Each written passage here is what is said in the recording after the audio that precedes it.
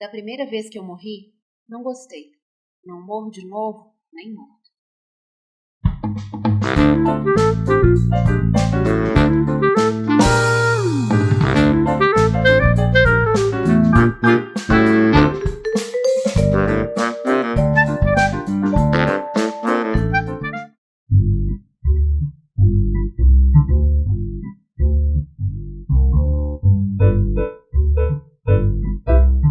Eu sou a filha mais nova de uma família somos 5 filhos. Eu sou uma filha temporã e isso teve várias consequências na minha vida. Então, assim, eu tive uma infância muito sofrida. Minha infância, eu tinha 80 anos na minha infância, sabe? E aí eu fui crescendo e não tinha jeito de eu achar que eu era legal, né? Eu acho que eu era uma criança bonita, mas eu tinha uma visão turva de mim mesma. Então eu era chata, eu tinha os dentes tortos, eu tinha a perna torta. Aí um tempo depois um amigo meu me contou que eu tinha nariz torto, aí passei a ter.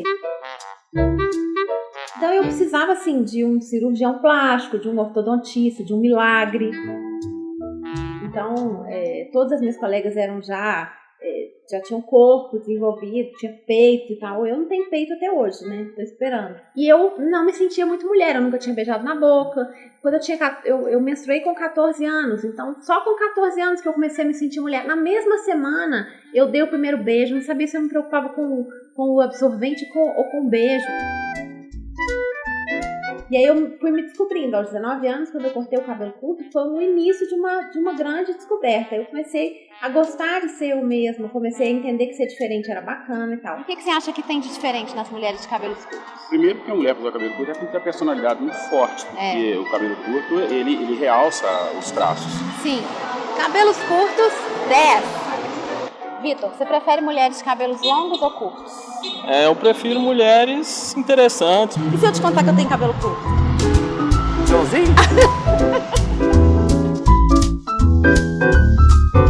Eu comecei a gostar de mim numa viagem com o espelho. Assim.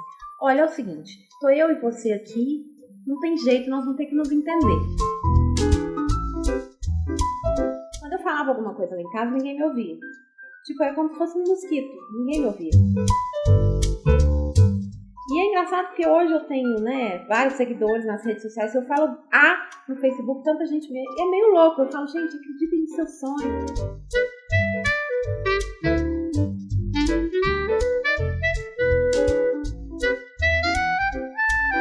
Aí, graças a Deus, eu encontrei o diário, porque naquela época não me foi dada a oportunidade da psicoterapia. Psicoterapia era pro doido, né? Até que eu comecei a escrever razoavelmente bem e comecei a desenvolver um amor pela escrita e fui parar na comunicação. Hoje, começou completamente por acaso. Ele é um dos meus impulsos e eu acho que eu sou uma pessoa impulsiva que eu valorizo os meus impulsos. Sei lá, hoje mandei pros amigos e falei... Olha, esse é meu novo blog. Mas foi uma outra forma de expressão e de autovalorização que eu descobri. Eu estava fazendo o primeiro blog de looks do dia do Brasil, sem saber. A roupa foi um canal muito importante na minha vida, a escrita foi outro canal. E quando eu estava passando por um momento na minha vida que eu estava no meu segundo casamento, grávida do Francisco, meu único filho, e com 7 meses eu perdi meu marido, numa história completamente inesperada. E eu comecei a escrever um blog para o Francisco, quando o Francisco tinha 4 meses, para falar do pai dele. E esse blog foi, através da escrita, minha grande salvação para dar conta dessa dor. Mais uma vez, a escrita me salvou. Francisco. Eu tenho um apelido, é Cisco. Ora. A gente ainda não sabe. Francisco.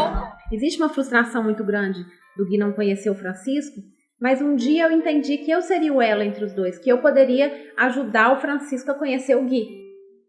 Essas duas coisas tão antagônicas que eram a tristeza da morte do Gui, mas a alegria imensa da vinda do Francisco, e eu tava com essa batata para descascar, né? Durma com um barulho desse, que você vai fazer com tanta alegria e tanta tristeza ao mesmo tempo? Aí a viúva que chorava num blog era a modelo exibicionista feliz do outro blog. E era exatamente assim que eu canalizava as duas emoções, né?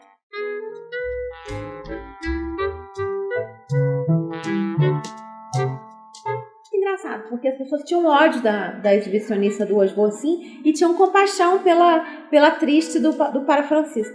E essas duas mulheres eram eu, né? Quando eu passei a enxergar as minhas próprias tragédias com um pouco de humor, porque se você olhar, muitas vezes é humor, né? Eu acho que esse é o tipo do caso que a gente chega pra Deus e fala: me chama seu gerente. Eu nunca sonhei ter um filho bonito. E aí fez catálogo de moda, e assim, eu acho que agora ele vai contribuir para o sustento da família, né? Né, Fran? Vai ajudar a sustentar a família, mais uma forma de... né?